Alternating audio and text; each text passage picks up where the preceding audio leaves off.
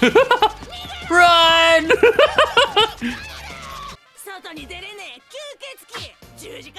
I can see why they would think this.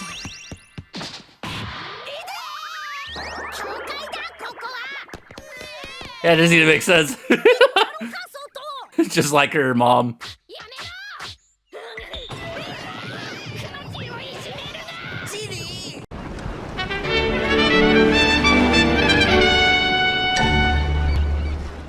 Hey guys, welcome to another video. Today we're watching One Piece. We're on episode 1132, and this episode is called A Pledge to GINNY.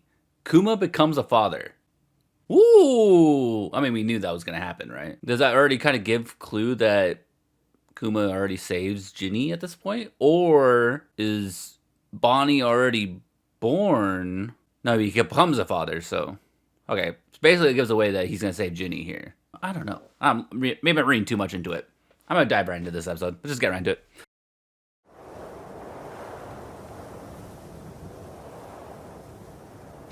This must be where they took GINNY, right?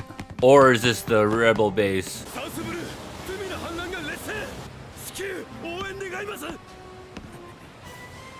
Here they are. Kuma's pissed. Kuma? Yeah. To me, South Blue.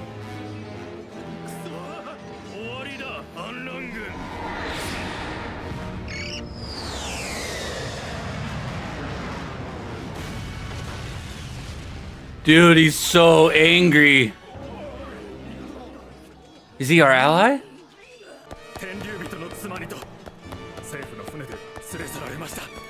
She was taken by Celestial Dragon.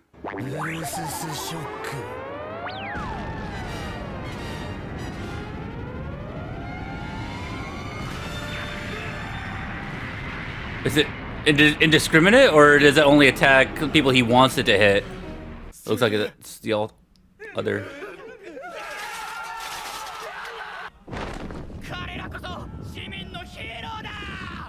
RA, Revolutionary Army.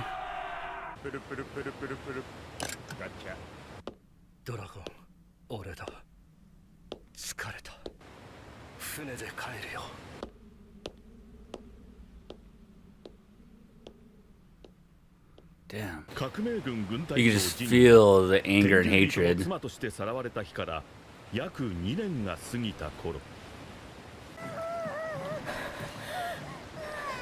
Is that GINNY? And she's covered in like crystals.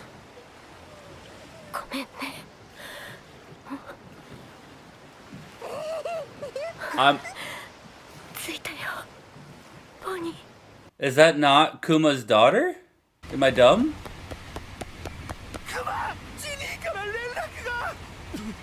GINNY!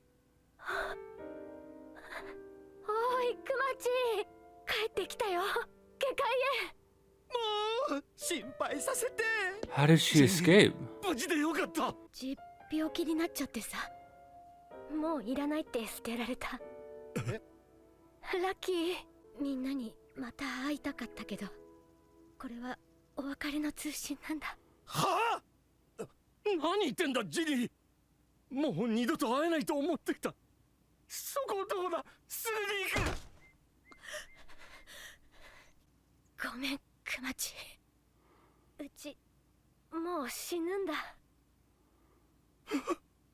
Oh man.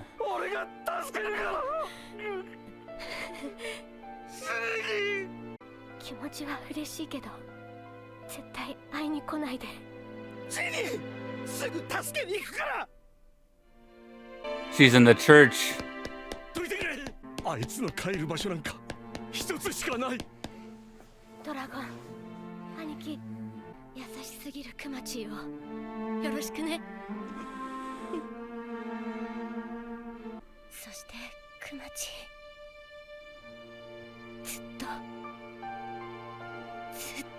He didn't even get to hear the final words.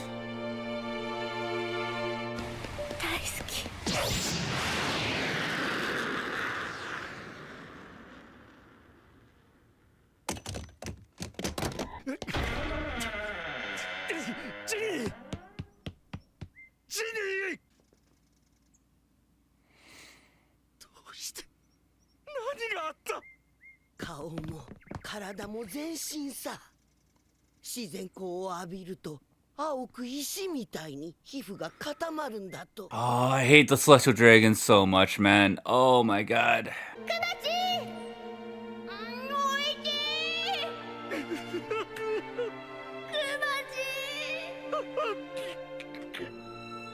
結婚しようよ、クマち。幸せにしてやるからよ、クマち。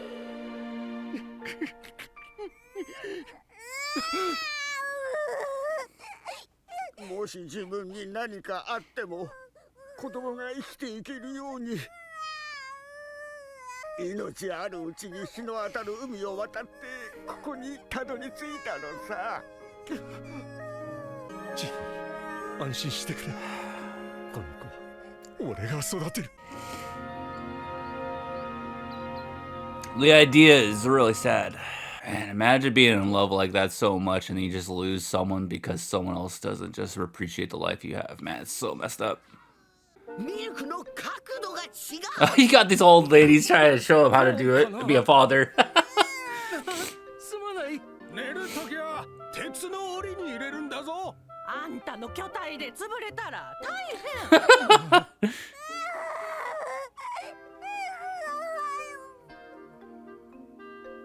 Gentle. 気がついたらもうあんなところに目が離せない。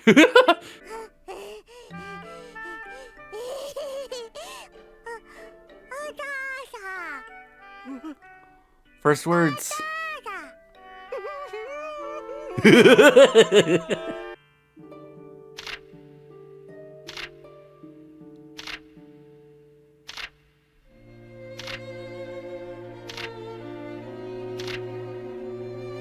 Is this why Saturn didn't kill Bonnie? Because Saturn is actually the father? That would be insane. I guess it is still possible that Kumachi could be the father, but it did look like Ginny had a child at the time.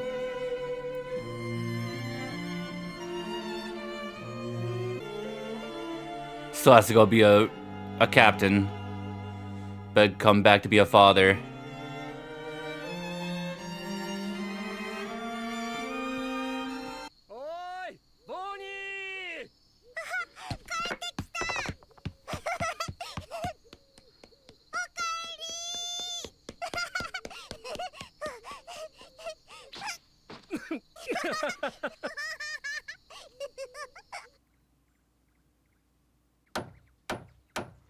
Sunlight? She has the sickness. 見てくれ。青い石。お前これ。ジニーが死んだ時の。やめろ。医者呼んでくる。 And now she has like a piercing there, right? 革命軍をやめる。本当にボニーも同じ病気になっちゃべるの？ああ、どうしていいかわからないが、そばにいたい。よくわかった。後悔なく生きろ。俺たちも世界中の医者に当たってみる。Is this where Vegapunk's gonna come into play? そして時は経ち、ボニー5歳の頃。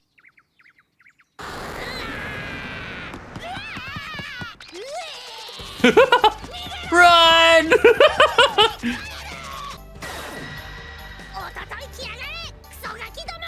外に出れねえ吸血鬼。十字架をくれ。 I can see why they would think this. 教会だここは。 Yeah, it doesn't even make sense. 待てボニー。 Just like her mom. 外は勘弁してくれ。玄関先もヒヤヒヤするよ。お父さんの悲しむ顔見たくないし。ボニー。いい子に育って。やめろ泣き虫。あいつらさ、また私の顔の石バカにしてきたんだ。その宝石が？怖っ。綺麗だから羨ましいんだな。Whoa. そうかボニー。病気が治って旅行するならどこに行きたい？空島って知ってる？空 Yeah. に島があるのか？そうだよ。私本で見たもん。 Yeah, she stays inside all the time, so she 空島はね、 probably reads a lot. 太陽に近いからニカがいるかも。そしたらお父さんも楽しみだね。ニカか。 Doing the dance. 出た、ニカの踊り。空は大冒険だな。ボニーが20歳になってからにするか？19歳はどこだっけ？魚人島。娘さんの症状、制玉鱗という難病です。 Sapphire 知ってい scales. るのか？ええ、日光、月光、すべての自然の光であの石は広がります。それを完璧に防いでも時間による進行は止められない。 Yeah, it looks like わ slowly. からないのか？ボニーは娘は生きられるんだろ？はっきり言いますが、娘さんの命はもってあと5年。10歳の誕生日を迎えることはないでしょう。治療法は今のところありません。 At this time doesn't mean there's no hope, right? Obviously, now. This has to be something with Vegapunk. Has to be. うわボニー寝てたんじゃ。聞いちゃったぞー。10歳って10歳？何が？ 10歳って聞こえたよ。あれ、少し泣いてる？あの医者め、10歳になるまでは治らないって言うんだ。そんなにかかるのかって、私は落ち込んでたところだ。 Whoa. But that she will give. 10歳になったら治るの？お父さんと一緒に旅行に行ける？もちろんだ。病気は10歳で治るぞ。 What an そして impossible さらに1 situation. 年が経ったある日のこと、再びソルベ王国を悪夢が襲った。 Too close to home. コリオがまたやりやがった。 This guy. 災害だよ。国の足手まといを燃やしちまうんだと。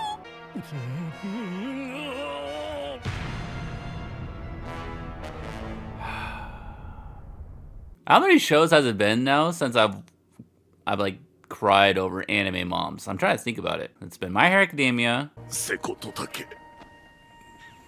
行かなくてごめんな。 Ah, damn it. Dan. どうか誰も彼女たちを傷つけたりしない。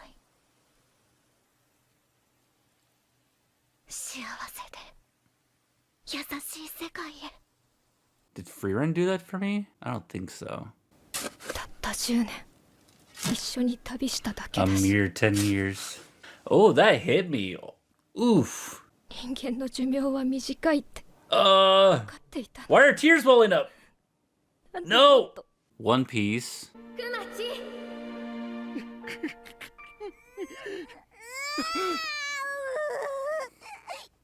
もし自分に何かあっても子供が生きていけるように命あるうちに日の当たる海を渡ってここにたどり着いたのさ。 And Soul Leveling Season 2? Oh, that's so good. どれくらい眠ってた？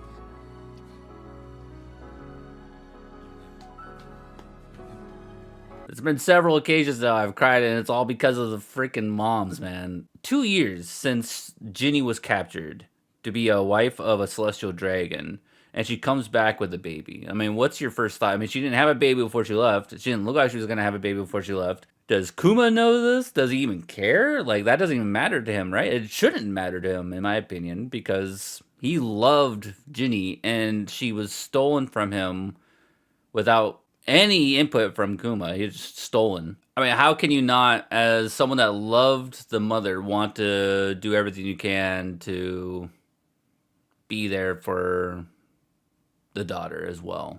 I mean, just the spitting image of her. Yeah, and Kuma's such a kind soul too. Like, there's no way that I would expect anything different from Kuma there. I feel like anyone, if you have you're a good soul, would have saw that situation and want to do everything you can to help out the child, right? I mean, just I feel like anyone would have done that. But the fact that she also doesn't know that her real father isn't Kuma. But that, like, I feel like even if she did find that out, she wouldn't care, right? I mean, that her real father to her is Kuma. He was there from the very beginning, so I mean, maybe she would be interested to find out who the real father is. I'm curious who that is. I'm assuming it's Saturn. Because how does Saturn play into the role with making the decision with Vegapunk to turn Kuma into a cyborg? Didn't kill Bonnie when she came up to stab him right away. Or maybe he sees her and thinks of her as like a mistake if that is his daughter, Saturn's daughter. That'd be messed up. God, if that's where we're going and that's the direction we're going, that makes total sense why Kuma's climbing the wall. Because he wants vengeance for what they did to Bonnie. Or, I mean, to Ginny. And to Bonnie, honestly, now that she has the disease.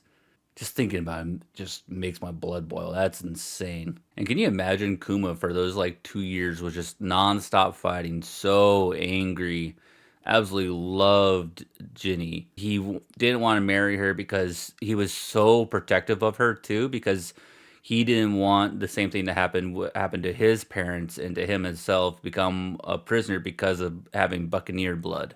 I'm assuming Ginny wouldn't care because she absolutely loved Kuma. It was like they both loved each other, obviously, but Kuma was afraid of his own lineage to drag Ginny into it. At that point, do you care more about letting her decide what is fair and unfair, or let him decide for the both of you to be like, I don't want you to marry into this because I'm afraid of what could possibly happen? When I saw the title, A Pledge to Ginny, I assumed it was going to be something really sad. Like, I'm going to make a pledge because now that she's gone, I'm going to make this promise to continue on. And it had to be obviously be doing something with Bonnie, so because the other rest of the title says Kuma becomes a father. My thought was, in the very beginning when I was making the intro, was like, oh man, so Ginny died. Or something happened and Ginny's no longer in the picture. And eventually I thought, oh, we're going to go on a rescue mission to save Ginny. That's the plan. But then I saw that Ginny's being used as a marriage piece to become some celestial dragon's wife. Like, I'm like, oh no, this is not going to be good. And then she was covered in crystals. I'm like, oh, God. It sort of reminded me of, what was it, Jorah Mormont and Game of Thrones with the grayscale. That's so unfortunate. I got so, like, teary-eyed just thinking about how beautiful their life was together growing up, being both with such tragic moments in their childhood, and all they had was each other, and it was all stolen away because of stupid celestial dragons. Dude, if they're gonna do a thing with this show, and I'm gonna be so pissed if they do this, where they try so hard to make the celestial dragons seem like the victims of this whole thing, like there's gonna be some, like, Emu is the one trying to, like, direct the celestial dragons in some way to be their own slaves to the higher up. I'm like, nope, nothing's gonna forgive this moment. I wish every moment, every one of the celestial dragons could take a Luffy punch to the face, every single one of them. And if you know that episode, you know the episode. If you know what I'm talking about, that Luffy punch was one of the best scenes ever. I mean, you can have all the craziest episodes, but that moment where Luffy walks up to that stupid celestial dragon, punches him square in the schnoz. Cinema. That was so fun. I'm like, do it again. One more time. I was like Kylo Ren moment where he's like, more. One more time. Hit him again. Celestial dragons, more like stupid dragons. Got him. This whole backstory is gut-wrenching. It's tough. But you know you have to go through it because it's here to answer all the questions, tie all the loose ends of stories, or stories that have no connections right now. This is all like tying everything together. It's the root of a lot of different storylines. So you have to bear through it. It's tough, but that's what makes it such a good story. And yeah, I guess we'll have to find out next weekend. All right, guys, hope you guys enjoyed this video. Be sure to hit that like and subscribe button if you guys want to see more videos like this. We have a Patreon link in the description down below, which has uncut, unedited videos, as well as a TikTok, Twitter, and Instagram. And we'll see you guys next time. Aaron, sign out. Later, guys.